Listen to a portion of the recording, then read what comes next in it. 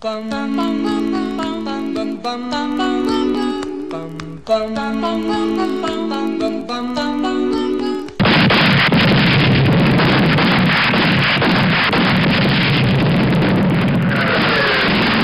know, anyone who has read history and been involved in government knows that it's really not possible to predict the length of war, the cost of war, or the number of casualties, and one with any experience in those areas doesn't even try to.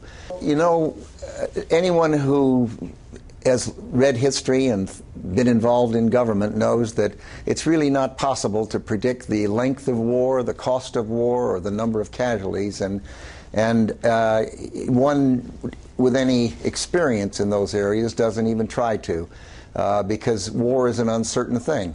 And we do know that Saddam Hussein killed literally hundreds of thousands of Iraqis, invaded Kuwait, was in a long war with Iran, and used chemical weapons both on his enemies as well as his own people. It was a terribly vicious regime, and the world's better off that he's not there. I think it was one of the most repressive, vicious regimes on the face of the earth. The decisions that were made on troop levels were made with the president and with the combatant commanders and the commanders on the ground. They were discussed extensively. I certainly agreed with the decisions that were made. I should also add that the neighboring countries were quite strong in their views, that they wanted the United States and coalition forces to not be heavy and to be there not as long as they might have feared. By way of background, it's useful to remember that in the Clinton administration, the Congress, Democratic-controlled Congress, overwhelmingly passed a regime change legislation, an act, and President Clinton signed it, that the Iraqis were shooting at British aircraft and U.S. aircraft almost daily, over 2,000 times, as our aircraft patrolled the northern and southern no-fly zones of Iraq in support of the UN resolutions. That Iraq had resisted some 17 UN resolutions, and there was a long, oh goodness, many years where the United States had talked about regime change in that country, and I would add with good reason. There's a lot of confusion where the CIA program, which dealt with a very few very high-value detainees, and the military program, which dealt with thousands of detainees that were picked up in Afghanistan and Iraq, those two got conflated in a way. And, you know, if you ask somebody, gee, did the Department of Defense waterboard people at Guantanamo, many people would say yes, and of course the answer is no.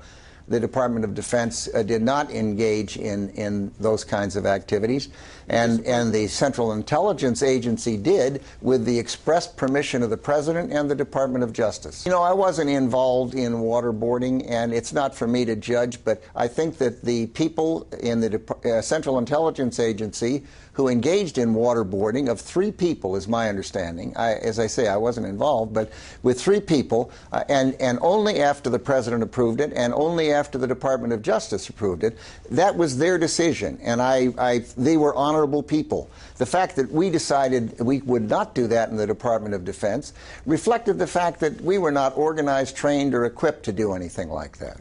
Well, the British forces are terrific. They clearly rank among the very, very best in the world.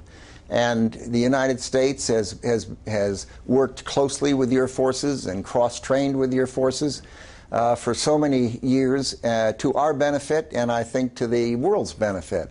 My hope is that the British people will decide that they're willing to make reasonable investments in defense, consistent with their other priorities, and that we'll be able to continue to have a very close military-to-military relationship. That's a hope. I mean, looking at what's happening now, do you think we're cutting too far?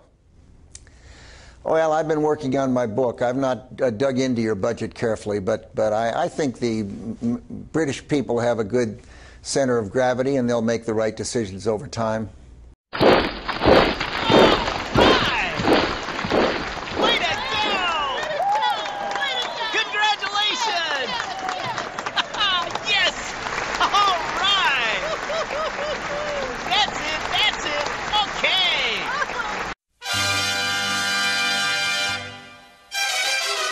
Okay.